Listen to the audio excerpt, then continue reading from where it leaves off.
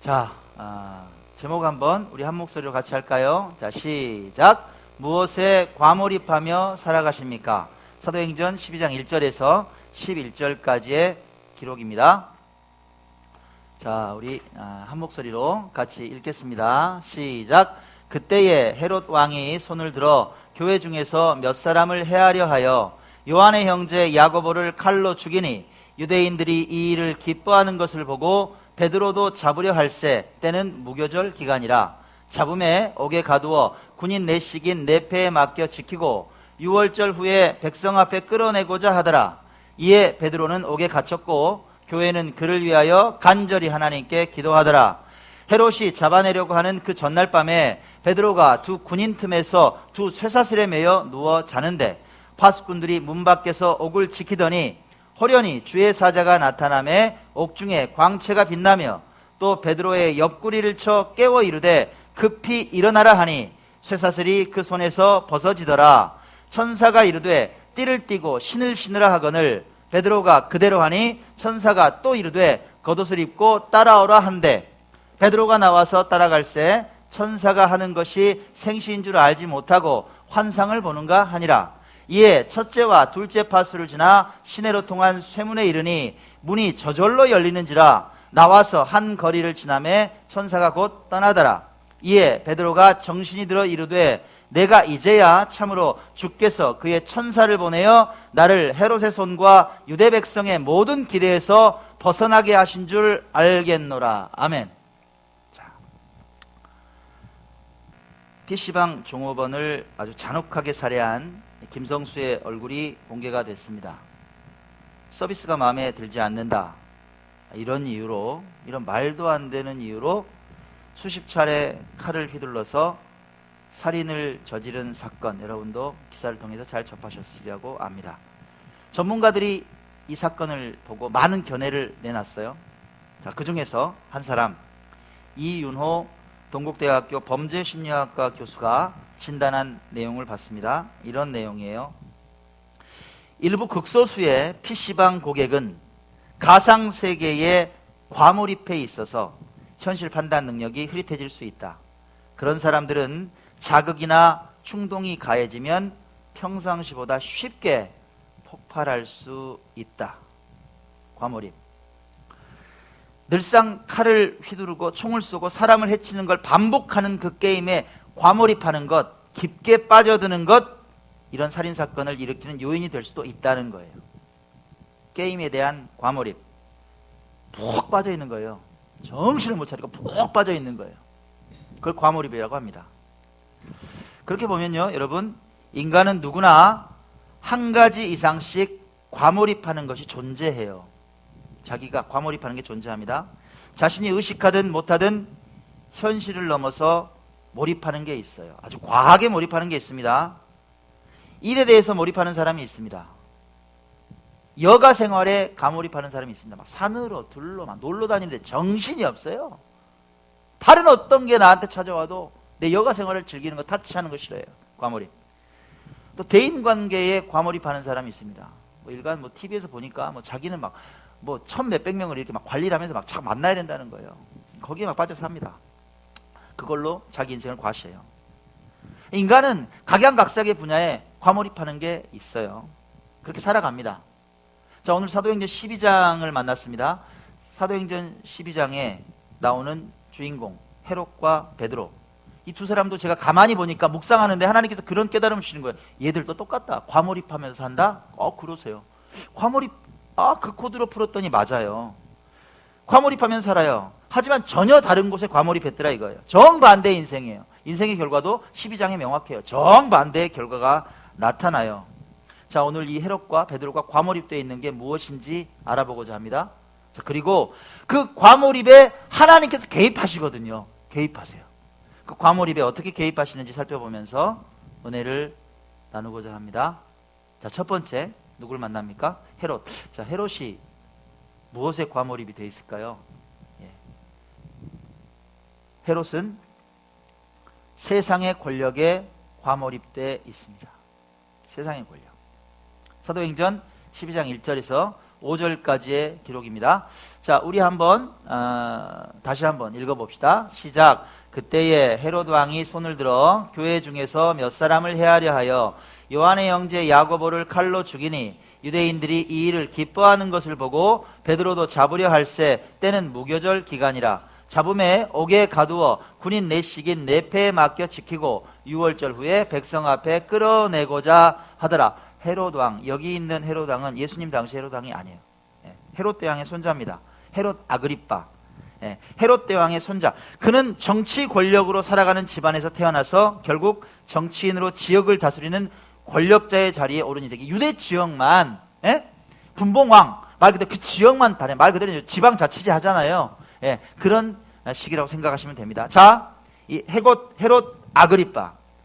그의 인생을 보면 그의 인생은 세상의 권력, 정치, 이런 코드에 과몰입되어 있는 삶이라고 정의할 수가 있어요. 세상의 권력에 과몰입되어 있어요. 온통 그 생각만 해요. 정치의 대상인 백성들로부터 오는 뭐가 필요해요? 지지율이 필요하다고, 여러분. 98%의 지지율이 필요한 거예요. 인기가 필요하다고. 그 사람들이 나를 막 환호하고 막 밀어주고, 이게 필수적이에요. 그래서 그는 이 유대인들의 마음을 얻기 위해서, 인기를 얻기 위해서 그들의 동태를 살핍니다. 자, 그러다 보니까 뭐를 발견해요? 유대인들이 이 예수님을 따르는 교회와 미묘한 갈등 관계에 있다는 사실을 간파를 해요. 적대관계 같이 막 싫어해요, 서로. 특히나 유대인 그 지도층들 있잖아요. 아주 싫어해요, 교회를. 그래서 그는 정치적인 실험을 감행하는 거예요. 자기 인기를 얻기 위해서. 내 권력 기반을 더 튼튼하게 해줄 거야, 이런 확신 속에 사도 야고보를 붙잡아 드립니다. 그리고 여러분, 어떠한 재판이나 신문의 과정도 거치지 않고 그냥 정치범으로 몰아서 그냥 칼로 목을 베버려요. 그냥 죽여요. 어떤 신문이나 재판도 없습니다. 이런 게 가능할까? 가능하죠. 요즘도요? 요즘도 가능합니다. 요즘 뭐가 떠들썩해요? 이런 기사 보셨죠? 자말 카슈크지에 대한 기사. 이 사람이 누구냐? 이게 사우디아라비아의 반체제 언론인입니다. 이게 사우디에 대해서 아주 비판적인 기사를 쓰는 그런 언론인이에요. 무함마드 빈 살만 왕세자라든가 살만 빈 압둘 아지즈 국왕에게 아주 적대적인 인사입니다. 나라가 잘못됐다는 거예요. 똑바로 해라. 막 억압하니까 미국으로 가버렸어요. 2017년에 9월에 갔어. 미국에 가서는 막 전 세계를 향해서 막 기고문을 날리는 거예요. 나라가 잘못됐다. 완전 포갑이다. 그러니까 이제 막 왕권이 흔들리는 거야. 지난 2일입니다. 지난 2일에 터키 이스탄불에 있는 사우디 영사관에 서류 발급받으러 간 거예요. 이 사람이. 나오는 영상이 없습니다. 죽었어요. 어떻게 죽었을까? 왕세자가 암살단을 보냈어요. 요즘도 일어나. 10명이 가서 기다리고 있는 거예요. 들어오자마자 손가락부터 잘라버렸대요, 여러분. 네가 이걸로 타이핑해가지고 그 나라의 적대적인 기사를 써? 그 자리에서 시체를 다 없애버리고 법의학자가 그 자리에서 다 지시를 하는 거야. 영상으로 왕세자하고 통화를 하면서 그게 다 밝혀졌어요. 이런 정치적인 살인이 이 시대에도 지금 일어나고 있어요. 마치 그런 것이에요, 여러분. 정치적인 이유로 사람 하나 죽여버리는 것, 헤롯에게는 아무것도 아니다, 이 말이에요. 근데 여러분, 생각해보면 정치 권력뿐만이 아니라요, 자신의 이념과 내 삶의 어떤 방식에 내가 막 과몰입되어 있잖아요. 내가 무엇인가에 빠져 있잖아요. 그럼 인간은 누구든지 해칠 수 있습니다. 우리 안에도 이런 폭력적인 근성이 있다는 거 아세요? 에이, 차집사님이 깜짝 놀라서 저는 아니에요. 손집사님이 나는 아닌데? 그러신 것 같아요. 아닌 것 같죠, 여러분? 평범한 것 같죠? 저는 엊그제도 기사 보고 깜짝 놀랐어요. 부산 일가족 살인사건 보셨죠? 그 사람이 특별한 사람이에요? 왜 그런 거예요? 33살 먹은 자기 애인하고 동거하다 헤어졌어요. 어떤 이유 때문에 헤어졌는지 모르는데 앙심이 생겼어. 그러니까 어떻게 해요? 세상에 쉬운 6가지 범행도구를 가져다가 가족을 차례차례 기다렸다 죽이고 고통 속에서 그 애인을 죽이고 자기도 질소가스로 자살해버렸어요. 평범한 사람이에요, 여러분. 평범한 사람. 근데 우리 안에는 그런 폭력성이 인간에게 다 있더라, 이 말. 뭔가 내가 막 몰입돼 있어요. 그 사람 뭐에 몰입돼 있었어요? 그 여인에게 몰입돼 있었어요. 온통 내 인생의 전부야. 얼마든지 그럴 수 있다는 거예요. 그 폭력성은 여러분 멈추지 않고 확장됩니다. 멈추지 않아요. 보세요. 자, 야고보를 죽인 후에 유대인들이 어떤 반응을 보여요? 본문을 보면 봅시다. 어떻게 야고보를 칼로 죽이니까 세상에 사람을 죽였어 이래요? 뭐라 그래요? 아이고 야 죽었어. 그럼 죽었어. 기뻐하는 거예요. 막 기뻐하는 거예요. 사람이 죽었다니까 무척 기뻐해요. 이걸 확인을 하니까 헤롯이 쾌재를 부르죠. 성공했다. 나 죽이니까 기뻐하네. 아하 이것 봐라. 나 이번 기회에 말이야 더 지지를 받는 지도자가 돼야겠다 생각하는 거예요. 살인에 대한 확장이 여기서 일어나요. 누구를 죽이려고 이번엔 주목해요? 그래서 그 다음에 베드로예요. 야 얘가 대장이잖아. 베드로 잡아! 잡았어요. 임금의 명령인데 어떻게 죽이려고 그래요? 여러분 보세요. 이 계획적인 살인이 확장되는 거. 자, 때는 무교절 기간이에요. 누룩을 넣지 않는 빵을 말 그대로 출애굽하는 걸 기념하는 거예요. 근데 그 다음에 이제 6월절이 이어진단 말이에요. 6월절에 순례객들이 다 모여요. 사람들이 제일 많이 모여. 그때 죽여야겠다는 거야. 확실하게 모든 사람들이 볼 때 죽인다. 이벤트지. 예. 모든 사람이 볼 때 수많은 사람들이 베드로가 죽는 모습을 보고 막 환호할 거야. 나에 대한 지지를 또 엄청 보내줄 거야. 계산이 딱 쓴 거예요. 자, 이런 헤롯에게 그 마음속에 베드로를 죽이고 야고보를 죽이는 게 정당한 걸까요? 이거는 불법일까요? 자기 마음속에 그렇게 생각하십니까? 정당한 거죠. 그 이유를 한번 따져볼까요? 이유가 뭘까요? 이유? 네. 한 사람이 없어짐으로써 지지율이 올라가. 그렇죠. 또 하고 또 수많은 백성들이 기뻐하니까, 백성들에게 기쁨을 주는 일이니까, 한 사람이 죽어서 수많은 사람들이 기뻐하니까 이건 정당한 일이죠. 헤롯의 입장에서는 아무런 죄책감이 없는 거예요. 자, 정치에 과몰입되어 있는 헤롯은 자기 살인에 대해서 정당성을 딱 부여해요. 우리는 안 그럴까요? 인간이 그러더라고요. 여러분, 사람들은요 자신이 과몰입되어 있는 것에 정당성을 부여합니다. 다 타당한 이유가 있는 거예요. 예를 한번 들어볼까요? 술에 과몰입되어 있는 사람들이 있습니다. 그분들 사는 거 보세요. 지나가다가 5년 만에 누구 만나 뭐하고 살았어? 어머 반갑다. 이리 와봐 한잔하자. 그죠? 왜 나를 떠났대? 진짜 이렇게 외로운데. 외롭다고 혼자 술 마시. 사업이 잘 돼요. 기가 막히게 매출이 2배로 올랐네. 한잔해야 돼. 그 다음 달 가니까 또 매출이 안 올라. 왜 이렇게 매출이 안 올라? 어이 김 과장 이리 와봐. 나랑 한잔하게. 모든 게 술이에요. 자기는 이유가 있어요 없어요? 다 이유가 있다고. 술에 과몰입되어 있는 사람은 다 타당한 이유가 있어요. 불륜에 과몰입되어 있는 사람이 있습니다. 어떤 것도 보이지 않아요? 푹 빠져 사는 사람이 있습니다. 이유가 있을까 없을까? 이유가 있어요. 기사 한번 보세요. 어떤 내용이 제일 많아요? 배우자가 자기를 무시했다는 거야. 나를 사랑해주지 않는다는 거. 나는 결혼해서 사랑받고 싶은데 사랑해주지 않아. 내 마음을 몰라줘. 타당한 이유가 있어요. 그래서 그랬다. 돈에 과몰입되어 있는 사람은 무슨 얘기예요? 나 돈 없으니까 사람들 무시당했다. 나 버려야겠다 이거예요. 나를 무시하더라. 손가락질하고. 내가 안 벌면 우리 가족들이 행복하지 못하잖아. 내가 누리고 싶은 게 많은데 누리지 못하잖아. 타당한 이유가 다 있어요. 여러분께 묻습니다. 여러분은 뭐에 과몰입되어 계세요? 끊임없이 여러분을 세상 속에 던져넣는 것, 그게 뭐냐? 여러분을 조금 더 폭력적이 되게 하고, 조금 더 계산적이 되게 하고, 더 이기적인 사람이 되게 만드는 그 무엇, 그 부정적인 과몰입, 그 원인이 뭐냐? 그걸 한번 생각해 보시라는 거예요. 자, 대답은 하지 마세요. 지금. 그럼 우리 안에 있는 이 하나님을 떠난 과몰입이, 세상적인 과몰입이 우리에게 주는 결과가 뭐냐? 그 결과에 대한 모델이 헤롯이에요. 어떤 일이 펼쳐지느냐? 자, 정치적인 세상의 권력에 과몰입되어 있어요. 그 헤롯이 어떤 인생이 되느냐? 자, 사도행전 12장에는 이런 기사가 쭉 있죠. 사도 베드로를 잡아 가두었지만 하나님께서 천사를 보내셔서 구해내셨어요. 그 다음에 헤롯이 어떻게 되느냐? 이걸 알아요. 예, 이 사실을 알아. 베드로가 사라져버린 걸 알아요. 그래서 어떻게 하느냐? 또 죽여요. 나리샘의 군인들인 베드로가 어떻게 되었는지 알지 못하면 우왕좌왕하고 있어요. 소동하고 있어. 어디 갔어? 안 보여. 나 지켰는데 내 딱 옆에 있었는데 어디 갔어? 헤롯이 그를 찾아도 보지 못하며 사라졌어요. 뭐라 그래? 파수꾼들을 신문하고 죽이라 명하니라. 죽여 저것들. 또 죽여요. 하나님께서 이 헤롯을 계속 주목하십니다. 자, 이 일 이후에 헤롯의 행적 여러분 보세요. 헤롯이 어떻게 변모해 가는지 보십시오. 사도행전 12장 21절에 23절의 기록입니다. 같이 읽읍시다. 시작. 헤롯이 나를 택하여 왕복을 입고 단상에 앉아 백성에게 연설하니 백성들이 크게 부르되 이것은 신의 소리요 사람의 소리가 아니라 헤롯이 영광을 하나님께로 돌리지 아니하므로 주의 사자가 곧 친히 벌레에게 먹혀 죽으니라.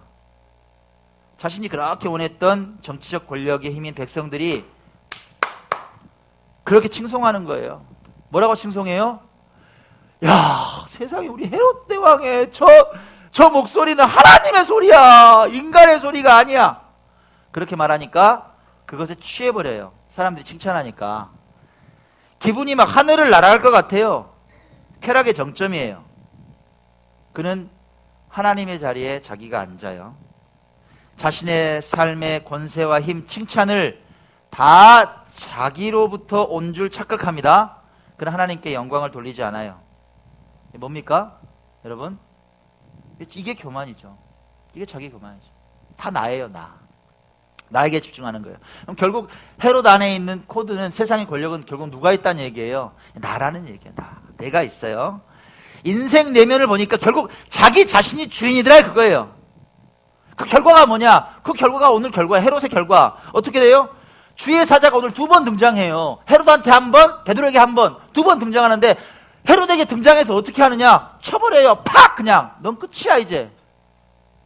벌레를 집어 넣어버렸는지 안에서 발생하게 했는지 모르겠어요. 벌레에 먹혀서 죽었다는 거예요. 그냥 벌레에 먹혀 죽었다. 어찌됐든 우리가 할 수 있는 건 뭐예요? 급사했다는 거지. 급사죠. 돌연사. 뭐 그제 차집사님 외국 나가실 때 그날도 사람 가는 거 순간이에요. 뭐 아는 지인도 그 순간 떠났다 그러면 뭐 그런 일들이 빈번해요. 그런 일들은 그래도 몇 달이라도 기다리지. 주의 사자가 치니까 급사했다 이 말이에요. 하나님께서 악하게 보세요. 헤롯의 말로는 이렇게 비참했습니다. 여러분 똑같아요. PC방 살인범 김성수가 무엇에 과몰입한 거예요? 코드를 보니까 여러분 게임인데요. 결국은 나더라고. 얘가 이 말을 들어보니까 기분이 나빴다는 거야. 나 기분이 나빴어. 왜? 내가 내 자리를 치워달라 그래서 이건 내가 불합리하게 대우를 받았으니까 게임비 1,000원을 돌려달라 그러니까 안 줬다는 거야 얘가. 1,000원을 안 줬어. 1,000원을 30분 요금 1,000원을 좀 주지. 나 아르바이트생이 줄 수가 있냐고요. 다 데이터에 기록돼 있는데 내 맘대로. 나를 기분 나쁘게 했다는 거야. 나를 화가 나게 했다는 거예요. 여러분 나에게 과몰입하면 이성을 이렇게 잃어버려요. 그의 말로는 이렇게 비참하게 끝났습니다. 사랑하는 여러분, 혹시 여러분 안에 나만 바라보고 집중하게 하는 세상적인 과몰입의 상태는 없는지 묻습니다. 주의하십시오. 그 결말은 비참하다는 사실을 명심하시기 바랍니다. 아멘. 자, 이제 두 번째 베드로를 한번 만나보겠습니다. 베드로는 뭐에 과몰입했을까요? 과몰입했어요. 베드로는 주께서 주신 소명에 과몰입했습니다. 자, 베드로가 옥에 갇혔습니다. 어떤 일이 일어났는지 우리 한번 보겠습니다. 자, 우리 한 목소리 읽어볼까요? 시작. 이에 베드로는 옥에 갇혔고 교회는 그를 위하여 간절히 하나님께 기도하더라. 헤롯이 잡아내려고 하는 그 전날 밤에 베드로가 두 군인 틈에서 두 쇠사슬에 매여 누워 자는데 바수꾼들이 문 밖에서 옥을 지키더니 호련히 주의 사자가 나타나매 옥중에 광채가 빛나며 또 베드로의 옆구리를 쳐 깨워 이르되 급히 일어나라 하니 쇠사슬이 그 손에서 벗어지더라. 옥에 갇혔어요 여러분. 야고보가 목이 잘려서 죽었으니까 자기가 붙잡혔으니까 자기는 뭐예요? 죽는 거예요. 알아요. 내가 이제 죽는다는 거, 곧 죽는다는 걸 알아요. 자신을 지키는 파수꾼들이 문 밖에 딱 있어요. 두 발에 두 손에 쇠사슬이 매여 있어요. 자, 쉽게 말해서 완전 사형수예요. 당장이라도 그냥 죽여 이러면 이제 죽는 거예요. 그걸 알아요. 더 황당한 게 있어요. 나는 진짜 야 헤롯도 대단하다. 예. 예전에 베드로가 한번 풀려나 버렸잖아. 천사들이 더 와서 그걸 아니까 어때요? 이제 꽁꽁 묶어놓으려고 손발에다 쇠사슬을 묶어놓고 문 밖에 지키고, 지금 보세요. 군인들이 어디 있어요? 이거 한번 본문 한번 보세요. 베드로가 두 군인 틈에서 오른쪽 왼쪽에 군인이 딱 있다고. 여러분, 그 틈에 있다고, 사이에 있는 거예요. 예? 상상이 되세요? 숨이 탁 막히는 상황 아니에요? 내가 죄수가 있는데, 아무리 죄수라고 바로 옆에 로마 병정들이 있다고, 그 문 밖에 또 지키고 있다고, 그 상황이에요. 이건 정말 숨이 막히는 상황 같아요. 자, 그런데 여러분, 이 상황에 베드로가 뭐 하고 있어요? 이 상황에 베드로가 뭐 하고 있냐고요? 자요, 여러분. 자, 두 쇠사슬에 매여서 불안에 떠는 데가 아니라 자요. 잡니다. 깜빡 잠들었습니까? 그냥 잠깐 선잠 들었어요? 깊이 자요. 깊이 자요. 세상에 주의 사자가 와서, 천사가 와서 깨워요. 얼마나 깊으니까, 좀 일어나봐! 옆구리를 쳤어, 이렇게. 발로 쳤는지 손으로 쳤는지 모르지만. 그 정도로 깊이 잤다고요. 뭐야, 이렇게 일어났을 것 같아. 뭐야, 이렇게. 베드로가 깊이 자요. 세상 모르고 자요. 그 순간 스르륵 쇠사슬이 손에서 벗어집니다. 자, 베드로의 마음을 한번 살펴봅시다. 불안이 있어요? 평안이 있어요? 평안이 있어요. 아무 걱정이 없어. 쉽게 말해서 삶과 죽음을 다 초월했다. 이 세상에 대한 아무 미련이 없는 거예요. 세상에 있는 그 누구도 베드로에게 불안을 가져다 줄 수 없는 상태, 다 이거예요. 어떻게 이렇게 됐을까 궁금하지 않아요, 여러분? 어떻게 이런 마음이 가능할까? 베드로의 삶을 한번 봅시다. 여러분 한번 생각해 보세요. 우리 사도행전을 통해서 베드로의 사적을 다 보고 있습니다. 땅끝까지 이르러 내 증인이 되라는 주님이 주신 소명에 모든 걸 건 인생 아니에요? 그 소명에 과몰입한 인생 아니냐 이 말이에요. 거기에 모든 걸 걸었어요. 거기에 과몰입하는 거예요. 사도행전의 기록을 보십시오. 십자가에 달린 예수께서 부활하셔 승천하시는 모습을 똑똑히 봤어요. 그의 수제자로서 행적을 이어갑니다. 성령께서 오셨어요. 그의 손을 통해서 안진병이가 일어나요. 사도행전은 뭐라고 기록합니까? 얼마나 그 능력이 뛰어났는지. 베드로 사도가 지나가는 그 그림자라도 덮일까 했다. 그림자만 지나가도 병이 나와버려. 그 모든 역사를 베드로는 봤어요. 회개하라, 천국이 가까이 왔느니라 전파하신 예수께서 가르치신 대로 이 세상의 짧은 여행이 끝나면 영원한 생명과 영원한 형벌로 갈라진다는 걸 확신하고 살아요. 그래서 뭘 전파했어요? 이 세상에서 잘 사는 방법? 성공하는 방법? 떵떵거리고 사는 방법? 아니요. 세상의 것들이 아니라 천국에 대해서 말했어요. 예수께서 그 천국과 지옥의 주인이시다. 무릎을 꿇어라. 영접하라. 그러니 목이 잘린데도 걱정이 없어요. 뭐를 확신하니까? 여러분, 뭐를 확신하니까? 우리에게 필요한 게 뭐예요? 부활을 확신하니까. 예수께서 첫 열매가 되셨고 우리도 부활할 걸 아니까. 오히려 베드로는 죽는다는 게 여러분 기뻤지 않았을까요? 생각해 보셨어요? 왜? 이거 하나님이 보실 때 순교잖아요. 그죠? 나에게 상급이 있잖아요. 언제? 이 세상에서? 아니요. 저 천국에서. 하나님이 그 심판하실 그 심판대 앞에서 내가 칭찬받을 그 순간을 생각했을 거예요. 후회가 없어요. 그러니 그 억압이 가득한 상황에서 평안하죠. 이렇게 묵상했어요. 그리고 제가 이렇게 또 막 열변을 토해요. 여러분 앞에서. 베드로처럼 살자고. 뭐 이런 내용 아니겠어요? 그렇잖아요. 설교라는 게 그렇게 몰아가는 거 아니에요. 제가 그렇게 묵상하면서 저는 회개했어요. 내가 이렇게 설교할 자격이 있나를 물어서 솔직히 말할게요. 설교가 입에 안 붙는 거예요, 여러분. 이게 진짜 부끄러운 고백인데요. 설교가 입에 안 붙어요. 오늘 아침에도 하나님께 간절히 기도했어요. 내가 이거 어떻게 설교해요, 하나님? 내가 불안에 떨면서, 내가 조그만 일만 만나면 불안에 떨면서, 밤잠을 못 자면서 내가 이거 어떻게 설교해요, 하나님? 그래서 설교해야죠. 부끄러운 모습입니다. 여러분께 물어요. 여러분 괜찮아요? 여러분은 괜찮으시냐고. 어떠한 상황 가운데도 베드로처럼 이렇게 평안하게 잠들 수 있냐 이 말이에요. 나를 올가매려고 다가오는 현실의 수많은 공격이 있어요. 그 현실의 수많은 공격 앞에서도 천사들을 보내셔서 주의 사자들을 보내셔서 나를 도우신다는 그 믿음으로 평안히 잠들 수 있는 여러분들 되시기 바랍니다. 아멘. 그런 여러분들이 되셨으면 좋겠어요. 그런 제가 됐으면 좋겠어요. 그걸 소원합니다. 무엇보다 주님께서 주신 소명을 위해서 살아왔으니 이 생의 삶과 저생의 삶을 하나님께서 책임지신다는 확신이 가득한 여러분의 삶이 되시기를 바랍니다. 지난 화요일에요, 김광중 목사님을 좀 만났어요. 우리 김 목사님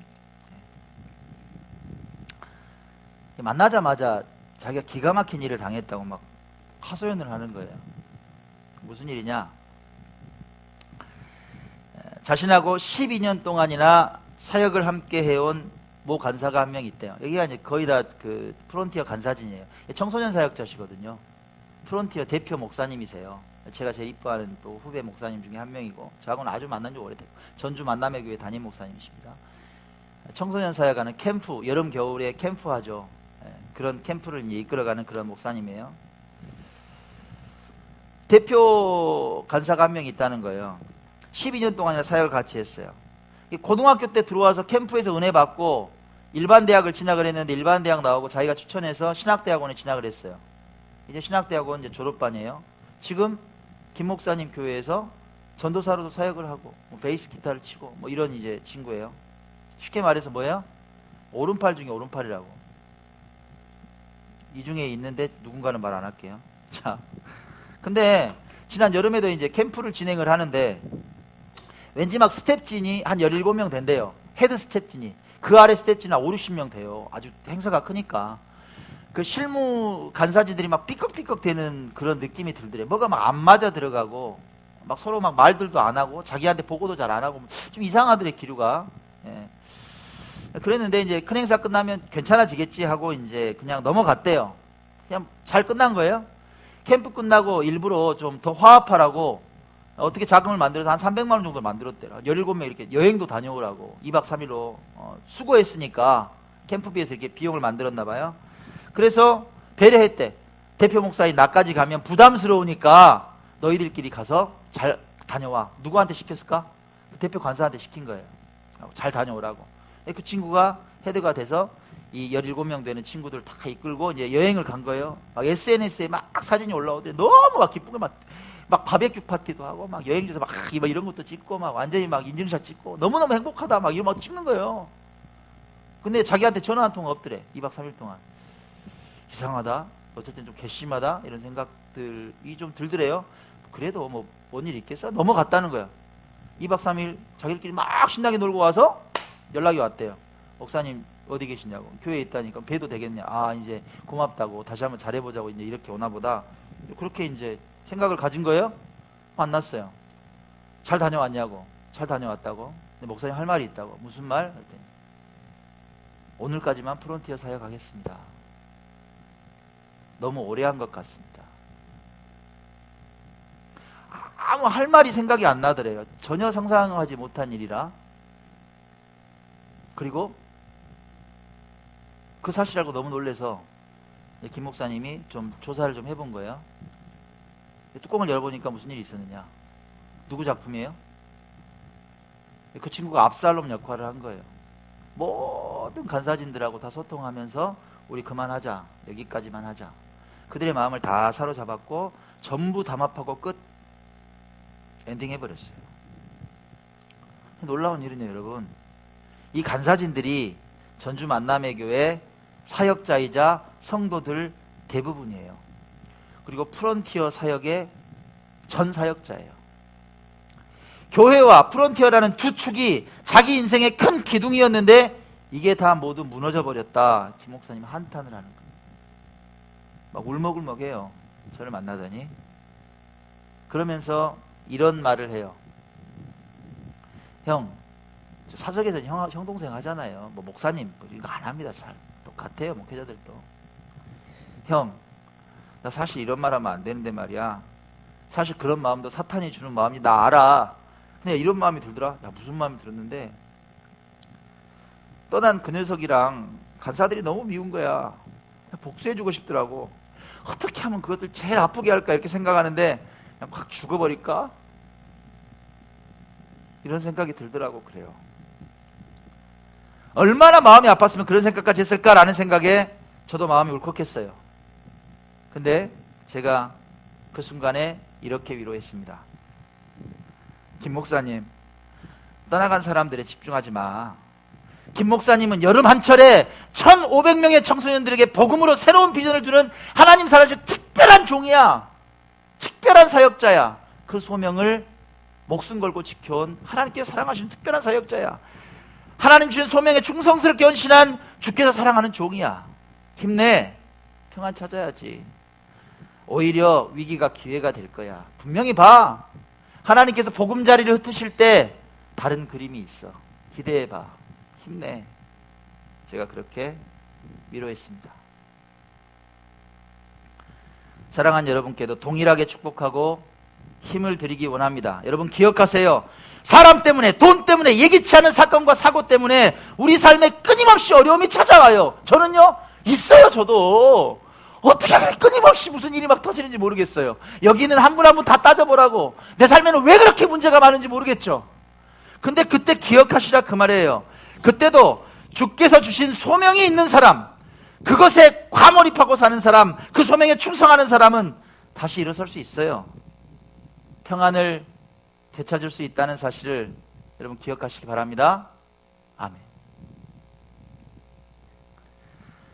자유의 몸이 된 베드로의 고백으로 오늘 설교의 결론을 맺을까 합니다. 베드로가 이렇게 고백합니다. 우리 한 목소리로 같이 읽읍시다. 시작. 베드로가 정신이 들어 이르되 내가 이제야 참으로 주께서 그의 천사를 보내어 나를 헤롯의 손과 유대 백성의 모든 기대에서 벗어나게 하신 줄 알겠노라. 아멘. 하나님께서 천사를 보내세요. 여러분 삶에 옥문을 여세요. 여러분 삶에 쇠사슬을 끊으신다고. 파수꾼의 눈을 가려버리세요. 쇠문을 열고 여러분을 자유의 땅으로 옮기신다고. 그 하나님께서 이 시간 여러분과 동행하신 줄 고백하시기 바랍니다. 베드로에게 있었던 평안이 여러분 삶에 가득하시길 바랍니다. 아멘.